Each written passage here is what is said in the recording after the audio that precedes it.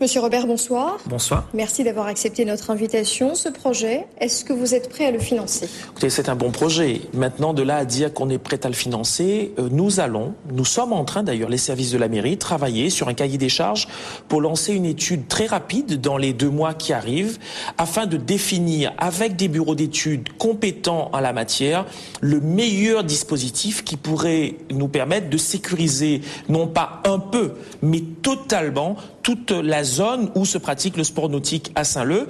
Il y a des décisions qui sont prises ici ou là sur le territoire, par exemple à Saint-Pierre, mais c'est des initiatives individuelles et l'efficacité.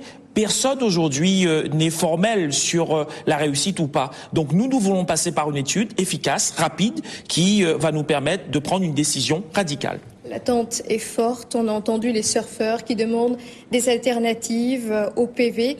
On a vu également leur défiance. Est-ce que c'est la bonne méthode à quelques jours de la levée de l'arrêté préfectoral? Je ne vais pas dire que c'est la bonne méthode puisqu'il y a un arrêté qu'il faut respecter. Mais au-delà de ça, on ne veut plus aujourd'hui que les pêcheurs aillent dans la réserve marine. On a mis la réserve marine en place. On a mis le parc national. Aujourd'hui, on empêche baigneurs et surfeurs d'aller à l'eau.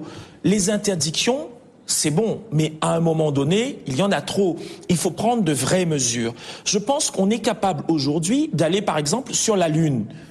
Nous ne sommes pas capables de sécuriser, mais totalement un site, afin de pouvoir permettre à ceux qui pratiquent un sport nautique, ou le surf, ou la baignade tout simplement, de pouvoir continuer à pratiquer, et puis aussi ne pas créer un frein brutal au tourisme. Je pense qu'il faut qu'on soit sérieux aujourd'hui.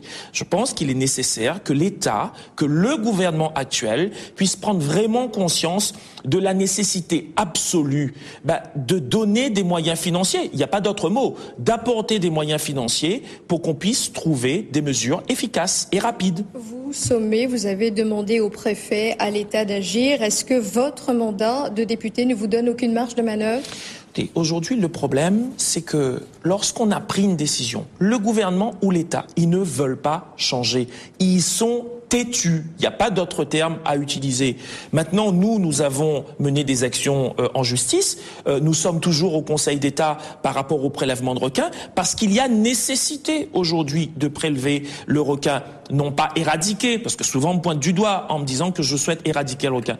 Mais il y a une prolifération de cette espèce. Il faut aujourd'hui qu'on arrive à un équilibre. Et l'équilibre, c'est bien évidemment en passant par un prélèvement régulé. Monsieur Robert, une association de plongée proposera des baptêmes aux élus et institutionnels de l'île mardi prochain à Saint-Leu pour se rendre compte de la réalité de la vie sous-marine. Est-ce que vous y participerez? J'irai, mais je ne plongerai pas. Non pas parce que je souhaite pas le faire, mais je suis claustrophobe. Donc vous savez, aujourd'hui, c'est une faiblesse que j'ai. Je n'arrive vraiment pas. Et donc, mais j'irai rencontrer ces professionnels.